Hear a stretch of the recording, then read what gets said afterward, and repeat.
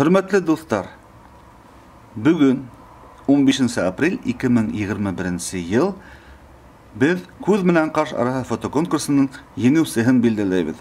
Әлеге вакыт 12 сәгать 27 минут, 3 минут исендә 12:30-да без хәзер бөтен карап сагабыз.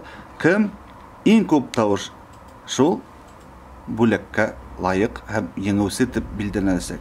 Еңеүчегә без монопод бүләк итәбез. Әйдәгез карайык. Безнең беренче кварталда 55 катнашучы булды. 55 катнашучыны без 6 төркемгә бүлдек, чөнки техник яктан 55-тә коеп булмай. Шуңа карайык. Беренче төркем. Беренче төркемдә иң күп тавыш яган Азамат Караголов. Ул 315 тавыш яган. İkinci türkümde aldığını Aynaza Yamalova bilmegen.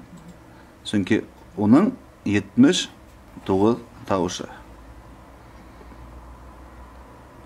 Üçüncü türkümde Razalina Navrozbayeva. Ol 55 tavışı yığan. Dördüncü türküm bik hulpen buldu. Lakin Nikita Sitnikov 26 tavış yığan. Beşinci türkümde bizden aldığını Elfine Mustafina bilmegen. O 229 tavış yığan. Hem altıncı türkümde en көп tavış yığan Alina Rahimkolova. 569 tavış.